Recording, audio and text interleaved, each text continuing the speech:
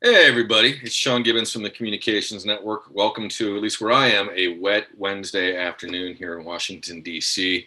Hopefully it's nice where you all are at, depending upon where you might be coming in from. Welcome to the latest in our V Plus keynote series.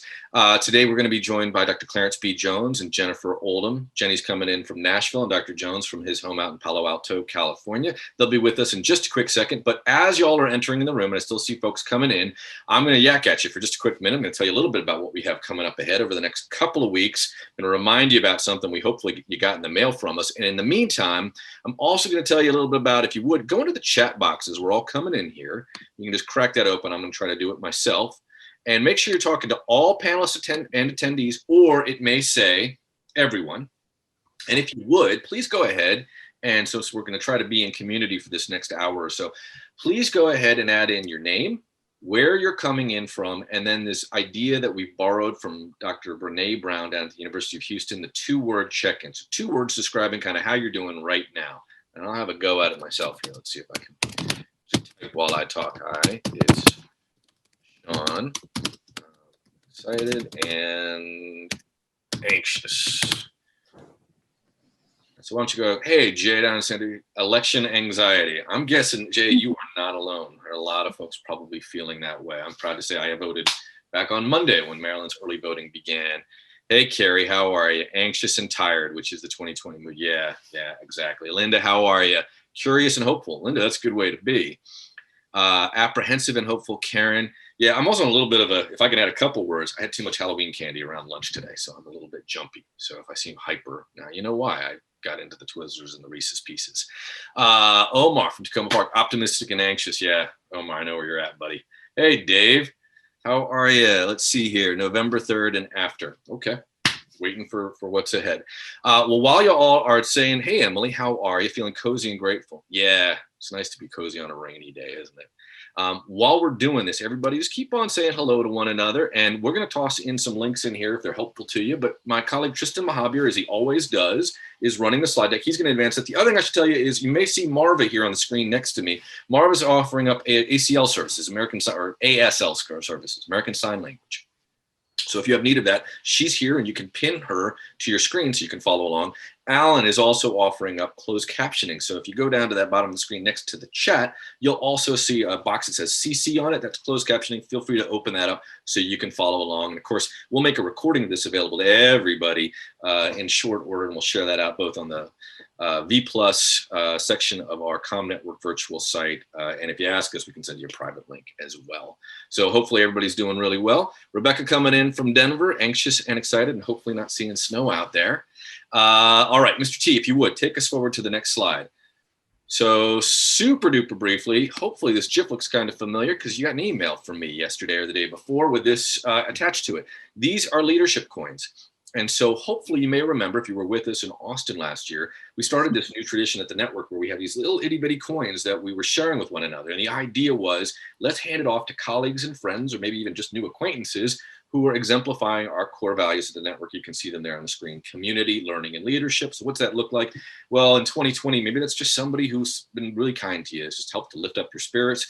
Could be maybe they helped pass along a little piece of work that you could crib from to make your life a little bit easier. There's probably lots of different definitions of how folks have been helpful to you, but we want to make sure that we're celebrating and acknowledging everybody that's been lifting you up. So you can grab a GIF of this leadership coin. We sent that to you in an email, or maybe just take a picture of the actual physical coin, which mine's just off camera, but suffice to say, take a picture, send it on to somebody. If you want to do that on social, you can use the hashtag comms for good, but it's a good kind of thing to recognize people who've been helpful, and we want to encourage you to do that. It's a big part of what we are about at the network. So with that, please do take advantage, and Mr. T, if you would, take us forward. Okay, also want to make sure you know we will be back again in not too distant future, just after Election Day, Mr. Marcus, on Wednesday, November the 4th. No matter what happens with the election, we will be here between 2 and 3 Eastern time. Our good friend Nat Kendall Taylor is going to be in conversation with Marissa Kaiser from Casey Family Programs out in Seattle.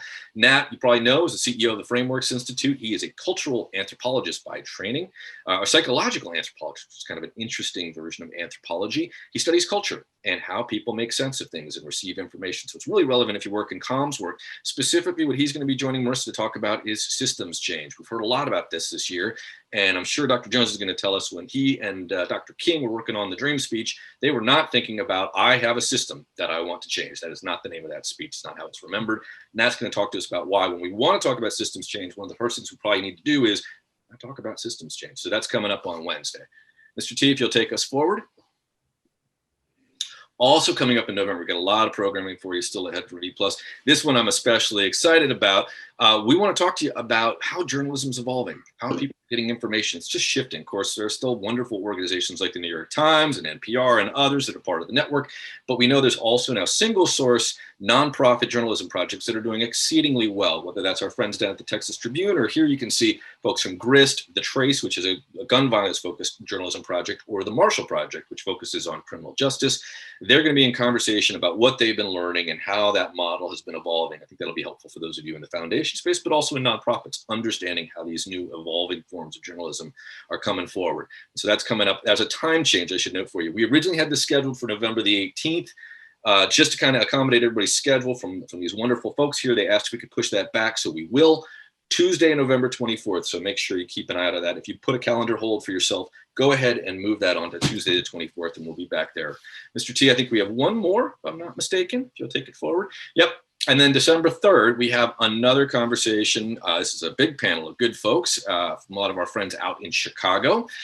Maybe Allison Gross is known to you, and maybe Jennifer's known to you as one of our community ambassadors this year. But they're going to be talking about something that we oftentimes have to do in our work, which is to take research, sometimes super dense stuff, and get it out into the world and put it into the hands of people who can actually put it into practice. And so that's going to be the focus of this conversation. That'll be on Thursday, December the 3rd. Again, we'll tell you about it when it's coming up, but for now, just be aware that that's coming your way. Mr. T, to take us forward, I think this is my final slide. Oh, I got one more. Kevin Wynn, who is one of the folks who helped to create Creative Mornings, is also going to be joining us for one of our keynotes. That's going to be Wednesday, December the 9th. So just again, keeping a lot of stuff ahead for you still with V+. Kevin's going to talk to us about building community, what we've been trying to do through V+, but his experiences at Creative Mornings and how you can really build useful, helpful, and intentional and grounded communities of support. That's what Kevin's going to be with us to talk about. That's happening just before Christmas time, December 9th. So more to come, lots more to come. Mr. T, if you'll take us forward. This is where I get to say goodbye, because I get to say hello to Jennifer Oldham, and one of my heroes and one of the great honors of my life is to also call him a friend and mentor, and that's Dr. Clarence B. Jones. He doesn't really need much of an introduction, but I love to do it anyway, so let me brag on him. As you probably know, he is one of the people who worked alongside Dr. Martin Luther King for a big chunk of his life. He was the person who helped to draft the Dream Speech. In fact, the first 7 paragraphs of the Dream Speech are not Dr. King's words, they're Dr. Jones's words, and they were literally uttered across and have lived across history, but were uttered at the steps of the Lincoln Memorial by Dr. Martin Luther King. He was the person who smuggled the letter from the Birmingham jail out of the Birmingham jail, because he was serving not only as someone helping Dr. King with some of his work in writing, but he also served as his counsel. And if you're a fan of James Baldwin, the author, he was Mr. Baldwin's personal attorney. So we have a great honor and pleasure to get to spend a little bit of time with him just in advance of his 90th birthday, which is coming up in January. And the person who's going to take this conversation forward is one of my favorite people, Jennifer Oldham from the Healing Trust down in Nashville. She's got 2 little people who are off screen for now, but they may show up soon. Maybe she'll tell you a little bit about how her husband's been trying to help her manage and keep them a little bit at bay. But for now, let me get out of your hair, and let's let Jenny and Dr. Jones take over. Jenny, take it away. Hi guys, so I'm super excited to be here. I know, like a lot of you, I want to hear directly from Dr. Jones. So let's get started. So Dr. Jones, the first thing I wanted to ask you is, how does this time mirror the civil rights movement? And is there a different role that communicators should play now than they did then? Is there still time for us to do anything?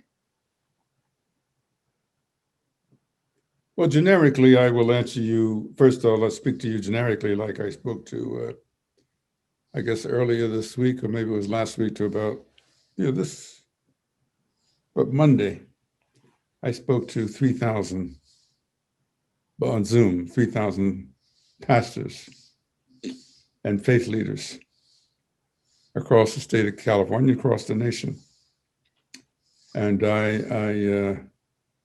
I set a framework by quoting from Charles Dickens, in which I said, it was the worst of times, it was the best of times, and the worst of times.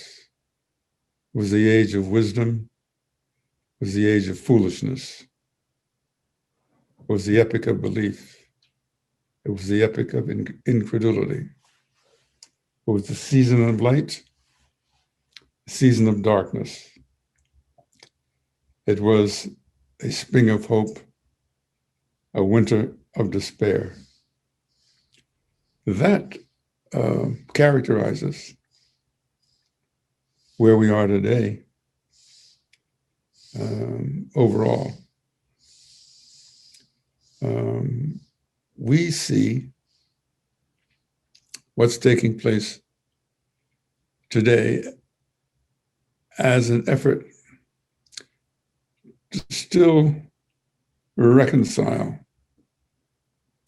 what has been unresolved, not only over the period of time in which Dr. King gave his I Have a Dream speech in August 1963 and his letter from Birmingham jail in April 1963.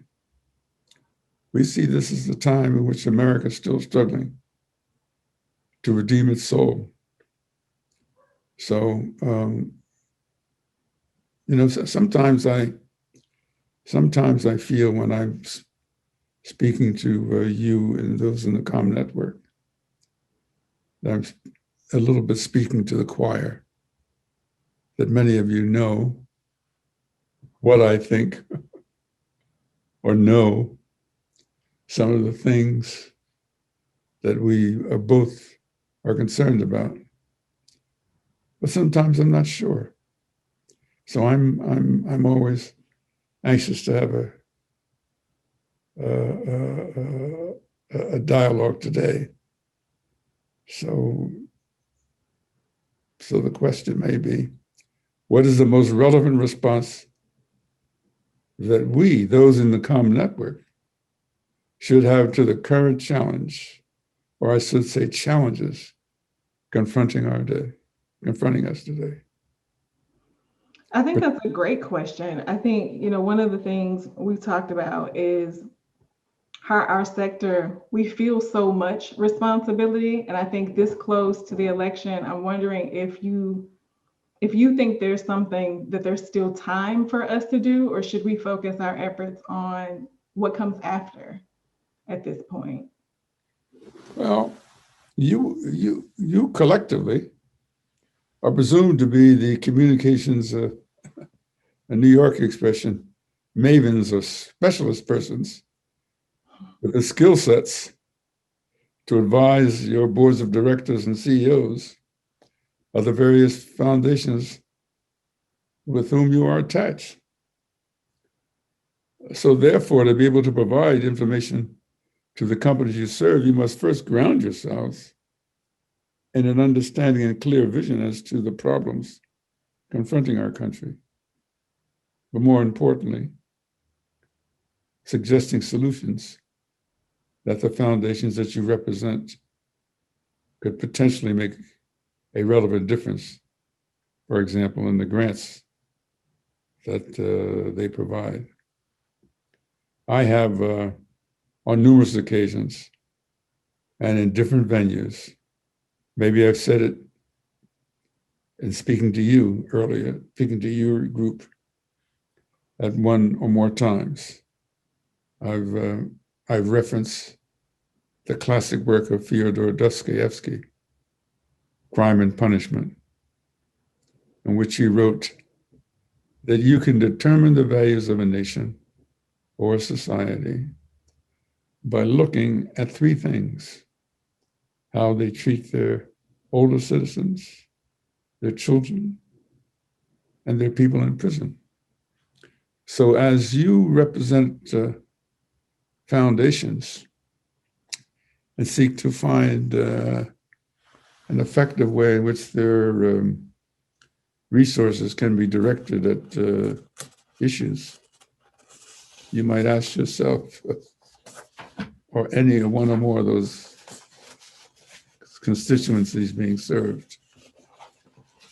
So You know, I somehow feel I'm getting a little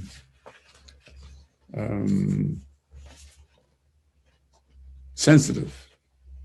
Maybe it's age sensitive. I don't know what it is. You know, most of you know I was privileged to spend 7.5 years of my life from February 1960 until April 4th, 1968, when I was 29 and Dr. King was 31. And this embraces a period when initially we were both struggling, but he principally, since I was his advisor, trying to find the right center of gravity to develop in which to get America to come to its moral centeredness. So, I mean, the questions, I guess the rhetorical question is that, do the underlying foundation concerns that you serve, are they presumed to be responsive to the legacy concern of Dr. King, which is the least of these? And if not, then what is your challenge to get them, as I said earlier, communication specialists, to understand how to do that? Because you are communications people, and you presumably want to give them the advice on how to most effectively use the money that they have to do what they say they want to do. Now, no matter what you say to me, or no matter what you may tell me you're doing in ComNet, no matter what you may tell me that the foundations that you represent are doing, I repeat again, you must ground yourselves in a moral compass. Why do I say that? Because we live in an era of not only a pandemic now, but I think we live in something equally more pernicious and dangerous. And that is an environment called alternative facts. Alternative facts. Like there is alternative universe. So how do we address, how do ComNet? You know, you have me come to speak to you, and I'm very honored, and you have other people that you invite and come and talk to you. And I'm sure they're very honored. But just remember, you have a formidable task. I mean, I've been blessed to be with you, and I've seen how skilled some of you are. But I still see, quite candidly, and I don't mean this as a personal criticism, I still see you and the foundations that you represent falling short of addressing and responding to the moral compass of serving the least of these. Now, I want to say something which is obvious.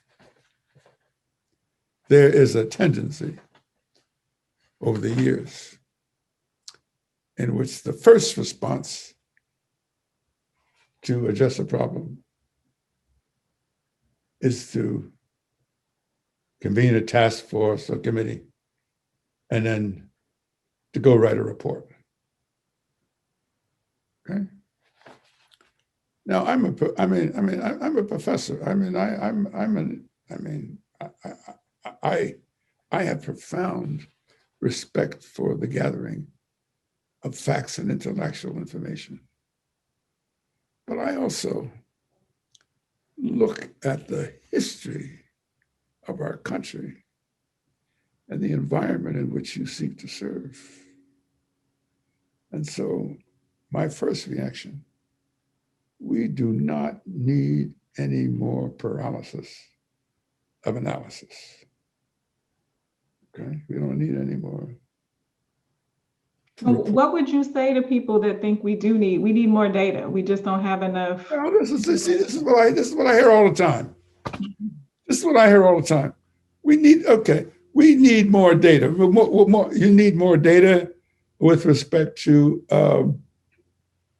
the disparity of poverty and wealth in this country. You need more data on that. The data is compelling. It's been there are numerous studies and stats that exist. Do you need more data about the effect of a racist-based criminal justice system? I mean, do you really need more data? Do you really need more data to ask the question? Well, maybe you need more data to ask this question. Now, this would be an interesting thing to study. How does it still remain possible? How does it still remain possible in the wealthiest country in the world? How does it still remain possible that a significant segment of our people are sleeping on the streets and are homeless? And how can there be? We're non-political, non-partisan. I know that. But in terms of facts versus alternative facts, is there really an alternative fact to not providing medical services for all in the richest country in the world? So I say to you, what studies have to be done to enable your foundations to take curative action? Now, I'm old-fashioned. You know, that in the legal system, there's something called judicial notice. You know, you don't have to prove to the court the geographical directions. You don't have to prove to the court that there's an east and a west, you know, north and south. You don't have to prove to the court that the sun sets in the west and rises in the east. You don't have to do that. And nor do you have to prove to the court that the earth is round. That's no longer a dispute. So the question that you were challenged with are which of those issues confronting us that you can see, that you can hear, and you can see, you can hear the sounds, you can see which of those issues need more money to study. Now, you may need more money to determine how you can most effectively respond to an issue that you have determined is important to be addressed. But I'm telling you, I dissent from any thinking that you need more money to study or find out what the problem is. Yeah, I'm presumptuous. I'm saying I'm semi-arrogant enough that people sleeping on the streets and the homeless just sleeping on the streets of our country, you can take judicial notice of that. You do not have to provide and compile a number of reports to study as to whether or not that exists. You can simply go out with a camera and a cell phone.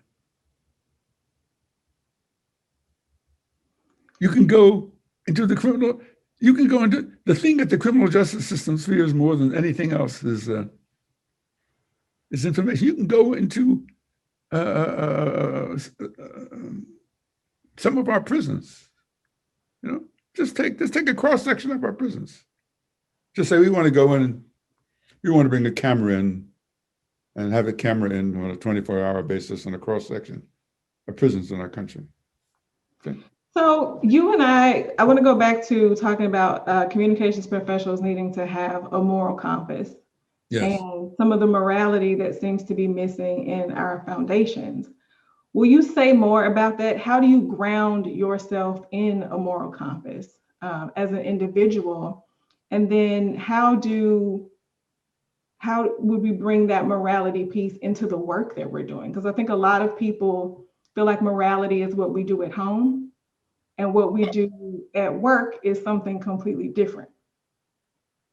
Oh, really? Oh, that's interesting. Really? Morality is severable? Morality is compartmentalized, but it's severable. It is only applicable some places, sometimes,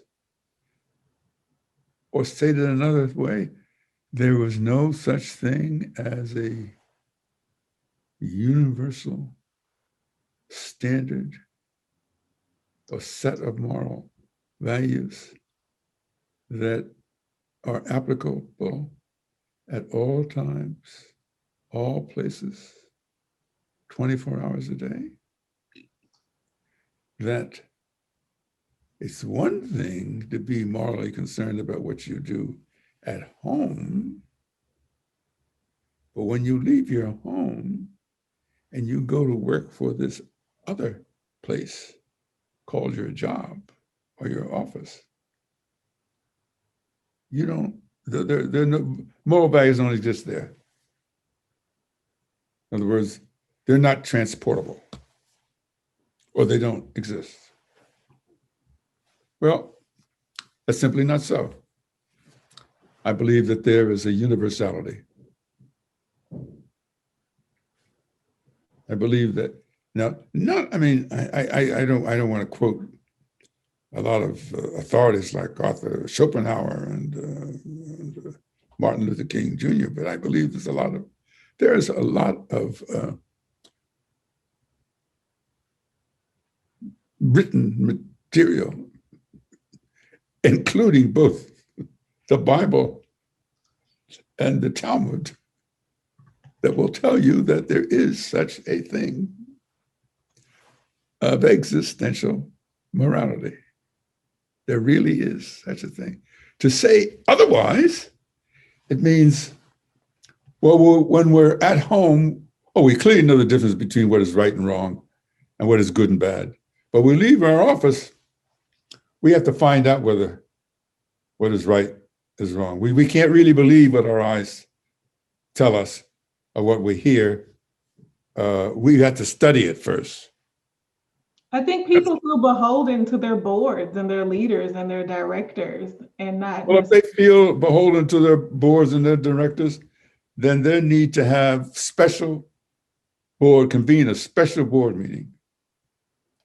And they need to have a special session of board to talk about the morality and the values of the work that they do. And among other persons, they need to invite me. Okay?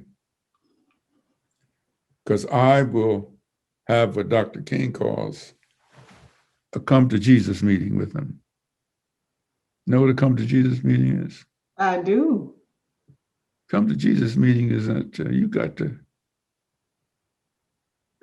you have children. We all have children.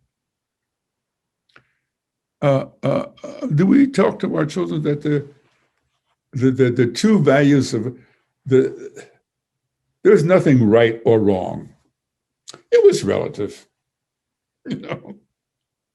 There's nothing immoral or moral. Is that what we say to our children? Well, No. I wouldn't do it to mine, but Are the members of the boards automatons? Are they robots? Merely because they are custodians of the grantor's funds? I mean, many of the grantors, for example, the Rockefellers,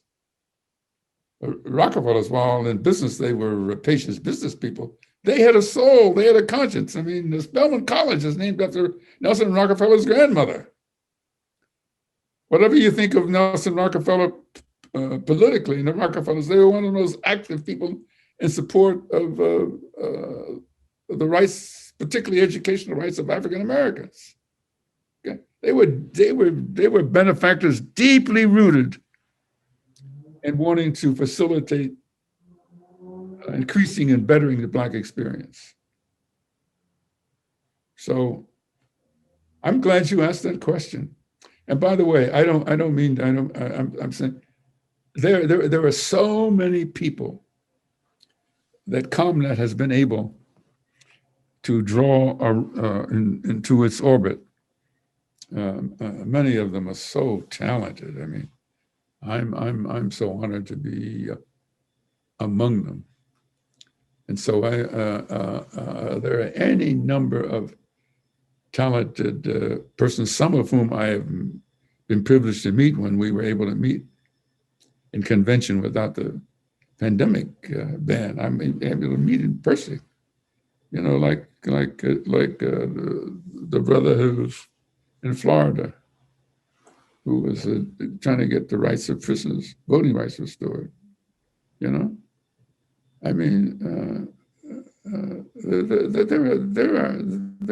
are people dedicated to. Desmond Meade, thank you. There are people I've met. God knows. Look at the legend, what I call the Black Joan of Arc from Georgia.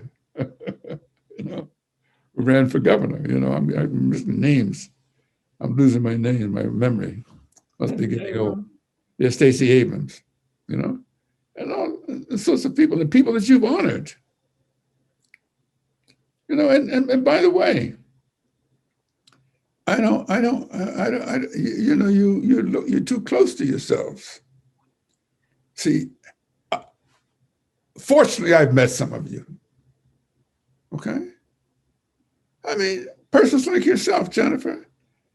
Persons like I'm going to embarrass some, I know if I leave some out, but I met people at different foundations.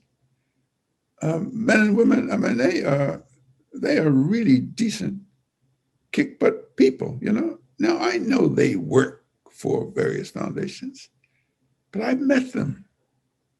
I've looked into their eyes. I've seen they are the best that we have in our generation. So these foundations are very lucky to have a Jennifer Odom and others. And if I mention so many others' name, I'll offend me, but I can think of many people coming to my name now that I've met. So because of the work that we do, we obviously understand the impact that words can have. And yet there are some foundations, nonprofits, et cetera, that are just hesitant to speak out. What do you think about this idea of we're funding the work, but we'll do it quietly versus having a voice and using your voice and your power to also elevate causes? Excuse me? One is reluctant or uncomfortable to be associated with something that is so definitionally and clearly morally right. I am not in any way suggesting political action. Okay?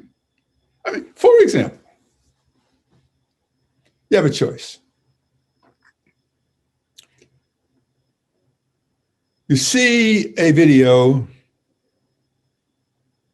of policemen with other policemen standing, one policeman with his knee on the neck of a George Floyd, with other policemen clearly having him under control for 8 minutes and 46 seconds as he pleads for his mama.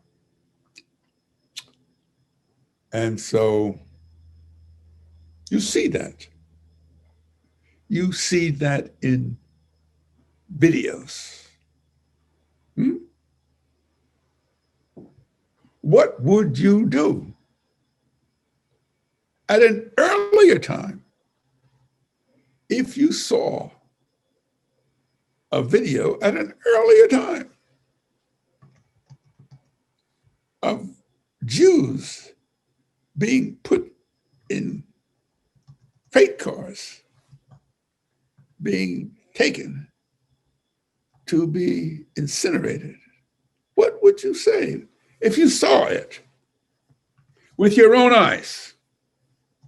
Just as you see George Floyd's neck being knelt on by a policeman.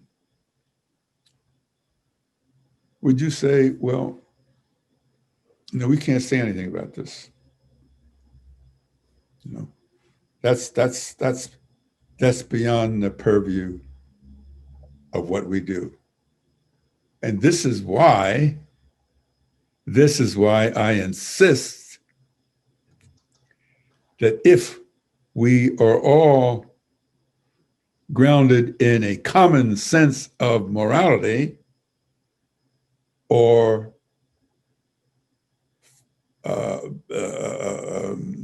have a same moral compass, we will not be uncomfortable in taking a position, initiating action, because what is moral and immoral is not political. It's not democratic. It's not Republican. See, the difference in morality, it's not negotiable. It's not political. It's a danger. I think it's a pernicious, insidious circumstance that boards of directors could clearly see with their own eyes something which is immoral by definition, and then say, but you know, we can't initiate any action to address that because we're a foundation, and that is political nonsense. There are some things that are clearly by definition political, and they would be right to follow what is customarily done. But there's some things that are so, it's what I said earlier, you don't have to prove to the court. It's taken by judicial notice. You know? So what you say to some things, like the policeman kneeling on the neck of a George Floyd, may it please the court, you can take judicial notice that this is an act by definition, which is immoral and does not enable us to stand on the sideline and be silent. We must do something. What that something is, I'm not prescribing what you should do, but it does require that you do something, because new morality knows no neutrality. I love that. So this close to the election, we're about a week, less than a week out. If there was one thing that you think would be impactful for all of the communicators in particular to do, what would that be at this time? Knowing that we're so close, we may not even know, we probably won't know on election day the outcome. But that, our country may look differently after that than it does right now. And it may also look The elections, before the election, take some time and go and reread Dr. King's April 1963 letter from a Birmingham jail. Just take the time quietly and reread the letter from Birmingham jail. I would do that. I would also. Why do you think we need to do that at this point in time? Why do I think?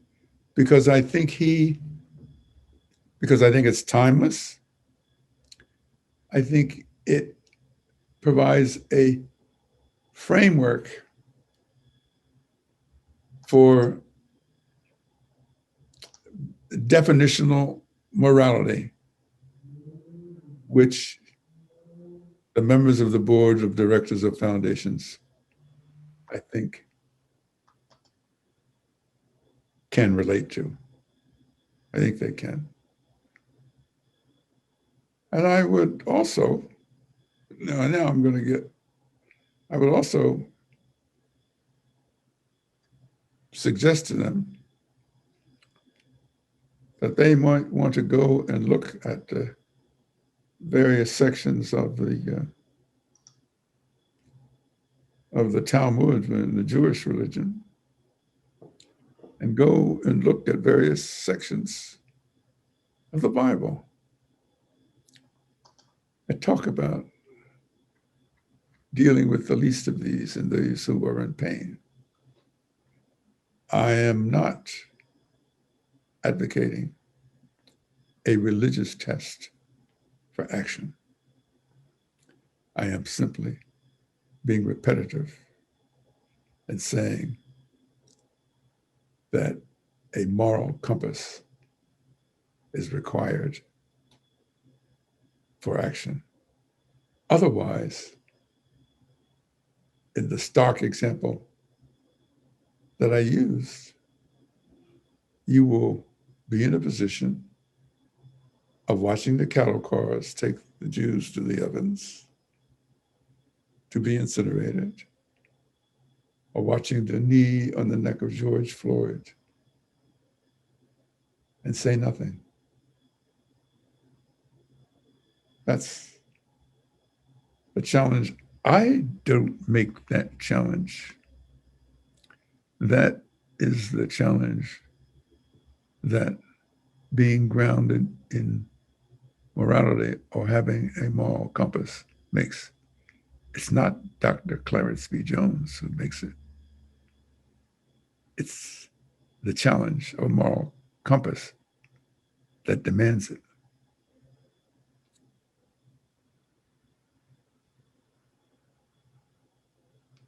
In your work with Dr. King, because there were so many issues that were on the table then, civil rights is a broad term, and it covers a lot of things from economic justice to discrimination to all kinds of things. How did you see Dr. King make decisions about when was the best time or the best opportunity to use his voice? Oh, what a great question. What a great question. Because whether he made a decision while we were mindful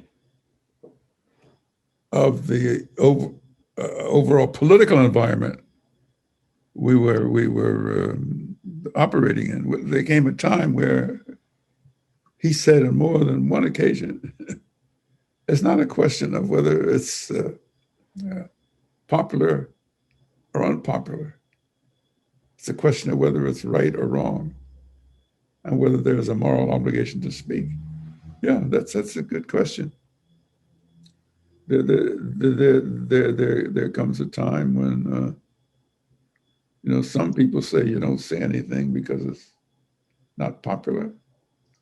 The other people say you don't say something because you're going to offend your employer, or you don't say anything because it's going to be misunderstood by third parties. But you have to say something because you know it's morally right and morally wrong. And you cannot be self-conscious about it if you are grounded in a sense. See, this is what is so vexing. What is so vexing is that one doesn't have to be defensive if you come to the conclusion that there are some things. See, what the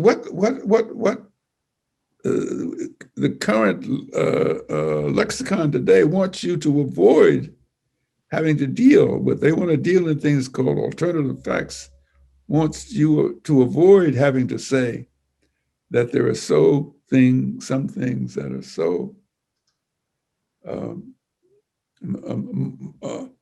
morally reprehensible. They want to make irrelevant what they want to do.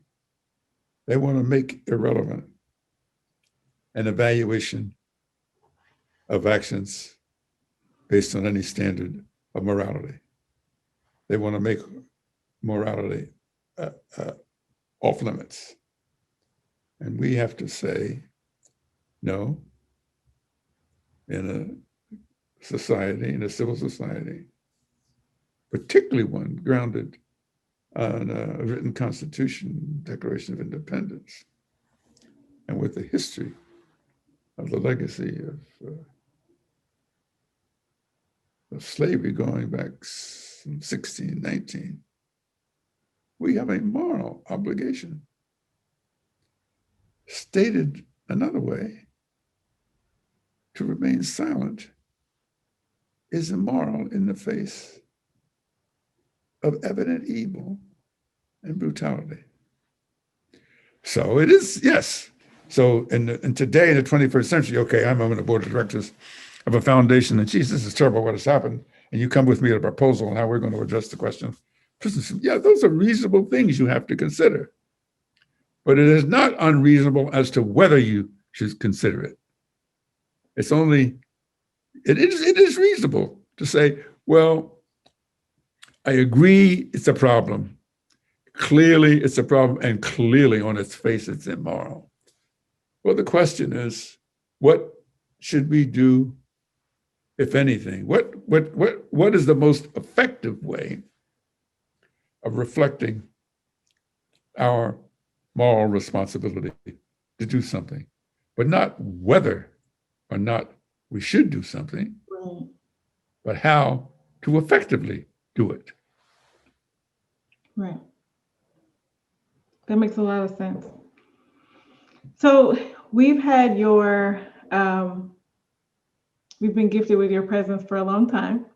And I'm wondering, with all that you've seen, do you still have hope? And if you do, what keeps you hopeful? What keeps me hopeful is looking at you today.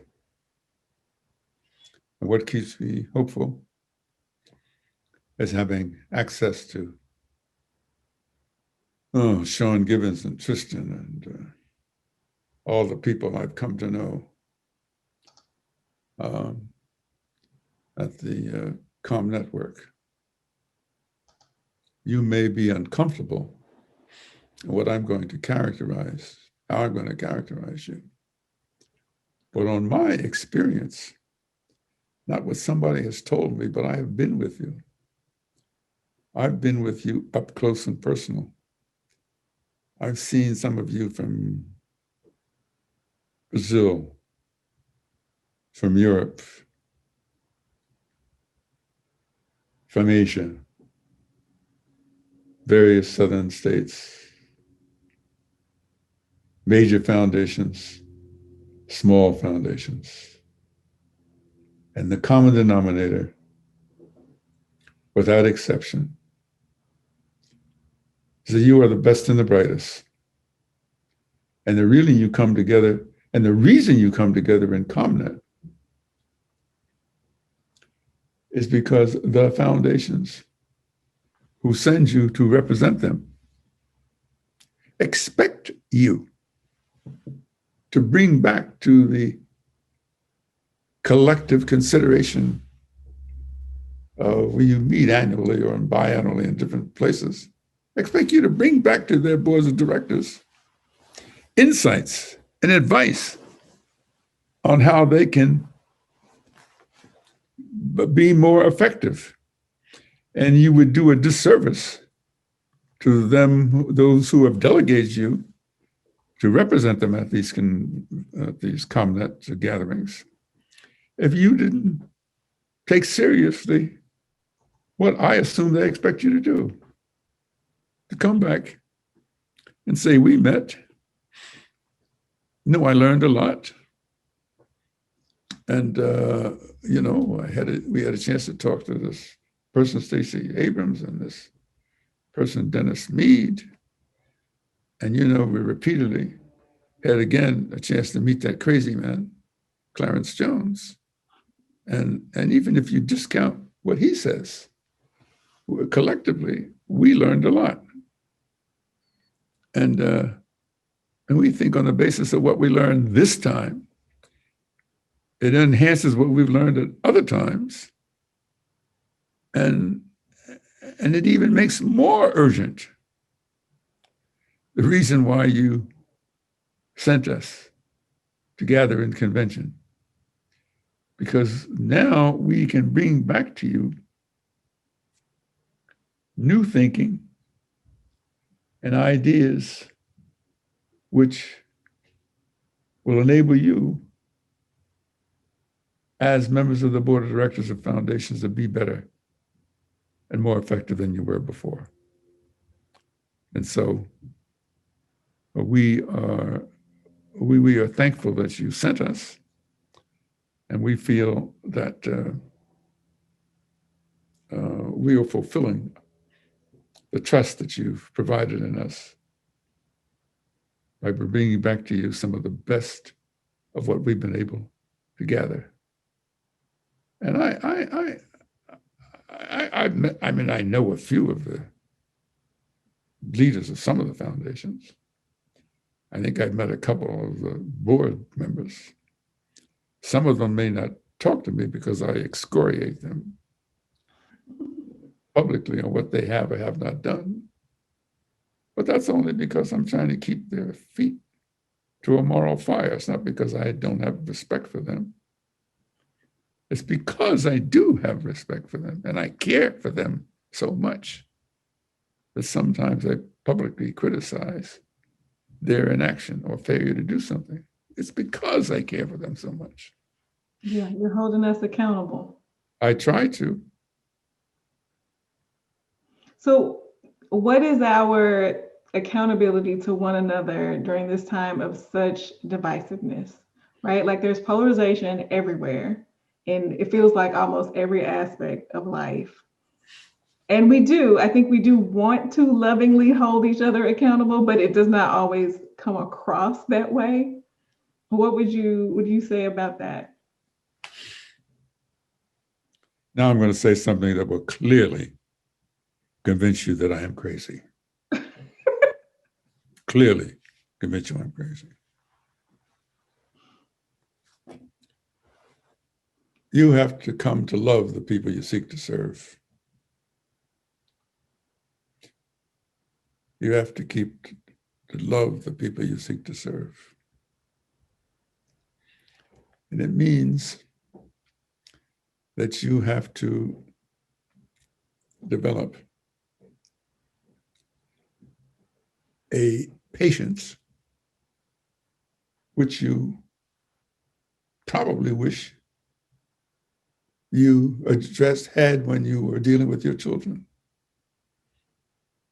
See, when parents sometimes can be impatient with children, but you cannot be impatient with the people you seek to serve or the people you represent. That's not a luxury you have. So I will say that because you love the people you seek to serve and you care about marshaling the resources to most effectively assist them, that regrettably for you, giving up is not an option. That's not an option.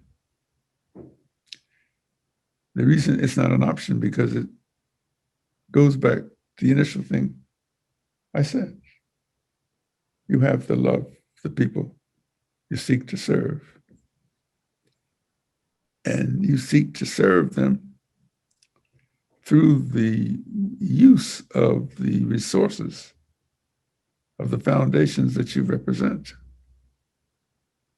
You don't have an option of being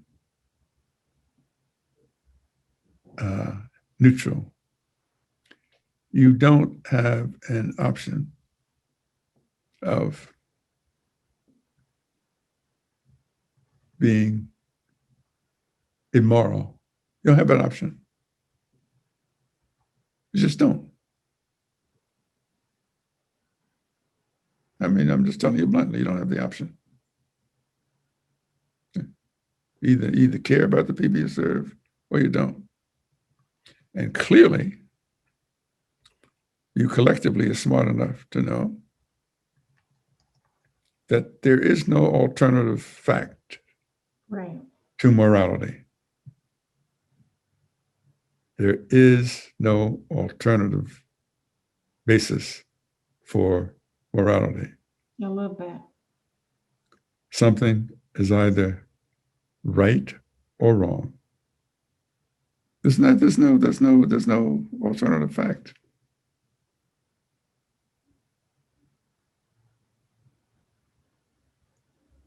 Well, I love that. And I have loved our conversation. And I could stay here and ask you questions for like the next hour, but I want to be mindful of everyone's time. Thank you so much for letting us have this moment to glean from your wisdom and being willing to share so much and to encourage us and to hold us accountable with love. I think we feel it. We feel the weight of our responsibility. Now, this pandemic eventually will be over. We don't know when. As referenced, I'm going to be going to retirement emeritus status in January. So I will be 90 years old first week in January. Happy early birthday. No, that's not what I'm saying. I don't want my being emeritus retirement status or having that number associated with my time on this earth as somehow making me ineligible or unqualified to be a continual part of ComNet. You understand what I'm saying? Okay. So the only way you should stop inviting me to ComNet is when I cannot come. Otherwise, I am being affirmatively impolite and telling you, you better not hold any national convention and not invite me. If I have to come in a wheelchair after the pandemic over, I will be there. Because I love you. Why? Because I love the people I seek to serve.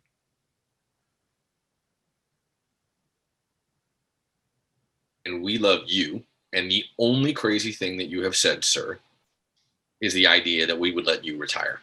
Right. Good. That's the only, you don't get to retire, I'm afraid. And that's kind of the lesson I've taken away from this last hour. There are things that are hard and things that maybe we might want to walk away from, or just even retire into our homes for a moment's respite. And this year hasn't given us much of that. I think that's kind of been reflected in how I think everybody's feeling, or many people reflected how they were feeling as they came onto this call. We don't get to retire, and that's hard. Yeah. We're not going to get to retire in the coming months ahead, whatever happens with the election. The work is the work. Yeah. And it sits in front of us, and there's a lot of it. But I am grateful to you, and I am grateful to Jennifer, because this hour has been restorative to me. It's reminded me of why we all come to this work, why one day when we got these jobs, we came home beaming and excited because we had an opportunity to serve, to lead with love. And it doesn't mean that it gets easy. In fact, this year's proven anything, it's gotten a lot harder and maybe more complicated. But we can't satisfy ourselves with indignation and outrage. We actually have to step forward and do more and be kind, and maybe even sometimes take a punch. I know certainly, sir, the sorts of hardships that we all endure sometimes in our jobs are pushing paper at the end of the day relative to the hardships that you and Dr. King and Congressman Lewis and too many others have come before, have done to get us to this point, to have these kinds of conversations. So just know we love you. We are grateful to you. We are grateful to Jenny and everybody who's turned up, and we have more to come. But I know now you need to go because you actually have another appointment. Yes, I do. Hopefully we've warmed you up for our good friends at the University of San Francisco, but I'm just incredibly grateful to you, to Jenny. Congratulations to your children. We'll have to put something in the mail nice for them for managing to let mom have an hour. And with that, everybody, we will see you again next week. In the meantime, know that we're all thinking of you. If you need anything, anybody on this call, if you need anything, reach out. Okay. Thank you so much, as always. All right, everybody, be safe and well. Thank you all. Thank you.